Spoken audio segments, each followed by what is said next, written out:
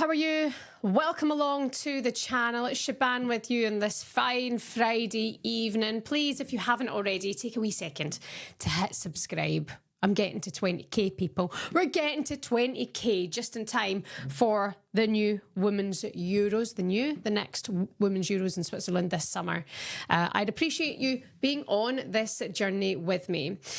This is a story that I just feel that we have to speak about because it has been doing the rounds for the last few days, and it's got a lot of people riled right up. And I want to have my say. I would like to know your thoughts in the comments as well, but I think I know how it's going to go because I don't think anybody on the earth can really agree with what Eni Aluko has said. What I will say is when Eni Aluko says anything, I think there is a hate campaign against her. I think the press know how to get clickbait. They know how to get people in. They know how to get people talking. And I do think Eni can be a victim of that. And I do think what she said has been taken massively out of context when you do go through the quotes of what she said on that BBC Women's Hour show. But I also think it's some of the dumbest nonsense that anybody has ever come out with. And by the way, I can sympathise because see when you're on air sometimes and you have like that brain fart and you just say something, you think, oh, should I have said that? Should that have come out of my mouth? Never mind things being spun. You do find yourself going, oh, I wish it hadn't happened. Wish this hadn't happened. Eni Aluko's now apologised. Well, has she apologised? Yes, she's kind of taken back what she said. She's taken back what she said about Ian Wright. So if you missed it, I'm sure you haven't unless you've been under a rock. She alluded to Ian Wright blocking female pundits from getting opportunities in broadcasting. Like I say, this was BBC Radio 4's Women's Hour. She said there's a finite amount of opportunities for women and that Ian Wright needs to take notice of how much he is doing and the amount of work he does in women's football, and he should be aware of that. Almost hinting that because he is doing so much in women's football, that's blocking the opportunity for others to do more, which makes me think she said that because she has an opinion and maybe she does feel that way. But also, don't go after Ian Wright. You know, there is one man who I think everyone can collectively agree, if you're into women's football or not, one person, one man who's pushing the game in the right direction, and that is Ian Wright. Anyway, shit hits the fan and the press jump on it, as they do. Eni Aluko says Ian Wright is blocking women from opportunities in the women's game. On it goes. Chaos ensues and Eni Aluko finds herself in the back foot once more. Now, apologies have come. She's on Instagram now, just to let you know what she said. Ian Wright is a brilliant broadcaster and role model whose support for the women's game has been significant. In my interview with Women's Hour this week, I was trying to make a broader point about the limited opportunity for women in football, whether that's coaching, broadcasting or commercial spaces, and the importance of creating more space for women to thrive on and off the pitch. But it was wrong for Ian's name to be raised in that conversation, and for that, I sincerely apologise. Yes, so she has, well, I apologise, sorry. I think they're different things. I've known and worked with Ian for many years and have nothing but love and respect for him. And then she shared a nice picture of them together. Like I say, as I mentioned earlier, this is a whole load of baloney from Eni Aluko, and I do think she'll be regretting massively having said it to make it seem like Ian Wright is a negative part on women's football, because listen, the space is better with him in it. And actually, when we are trying to push for diversity, we're trying to push to get women integrated into men's football and women to have their voices heard when talking about men's football. Why on earth would you turn round and say that he, of all people, is blocking opportunities for women? What? You know, it'd be different if you had somebody who didn't give a rat's arse about women's football, but because they won a Champions League with Manchester United, they're sitting there, but they just wouldn't do it. They wouldn't put themselves in that situation. So I think the fact that I have seen Ian Wright with my own eyes pushing the women's game at Boreham Wood, watching Arsenal, and the peeing rain on a Wednesday night, on a Friday night, on a Sunday before everybody was on the women's game wave. I just think it was such a wrong comment to make. Everyone can agree on that. I've not seen one person agree with any. You know, we are all entitled to our opinions, and that is the beauty of this game.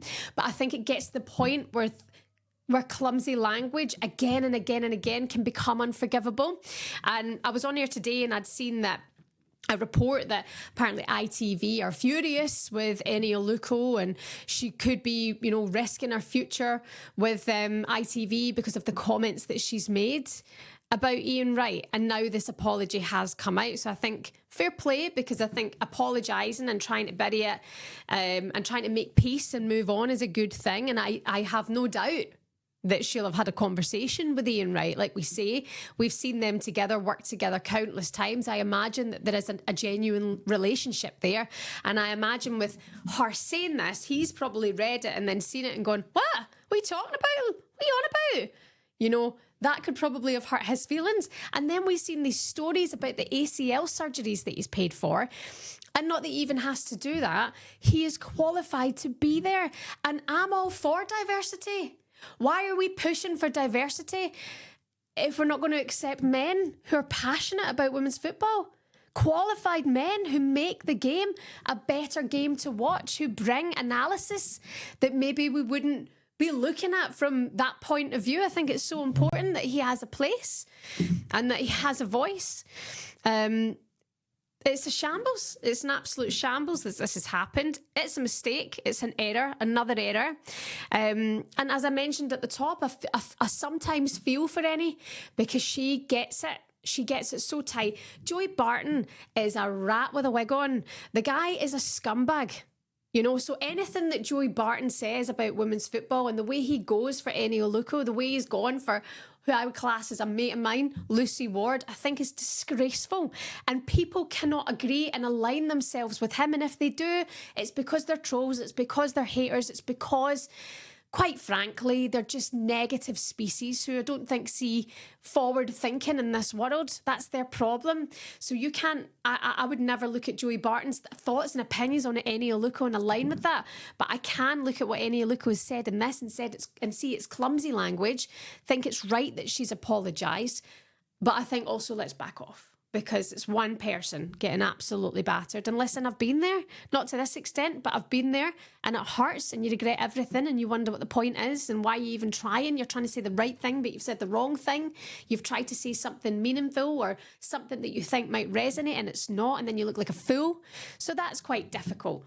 But one thing we can all agree on is that Ian Wright is an absolute feckin' legend, and we love to see him in women's football, and he deserves to be there. That is for sure.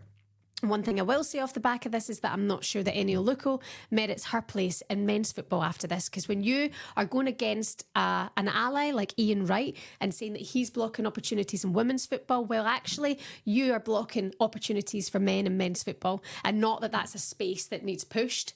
Not that that's a space that needs love or, you know, growth. That's thriving. It's a thriving place. But when you say stuff like that, you're making yourself just go against people who maybe actually did have respect for you, because you're turning away men. We shouldn't be doing this. We should be encouraging inclusivity and the sport for what it is. I'm a big believer in that. Some people say to me, oh, there's no women on that show. Sorry, there's no men on your women's show. And it's like, yeah, but we will take men if men want to do it. We do sound out men. You know, it's just me and my sister doing the kickback, me and Risha doing this. If Dean Buzanis has been here, my husband's massively into women's football. You know, my son watches women's football. My dad raised a women's footballer. Men can support women. Men can be beneficial to us.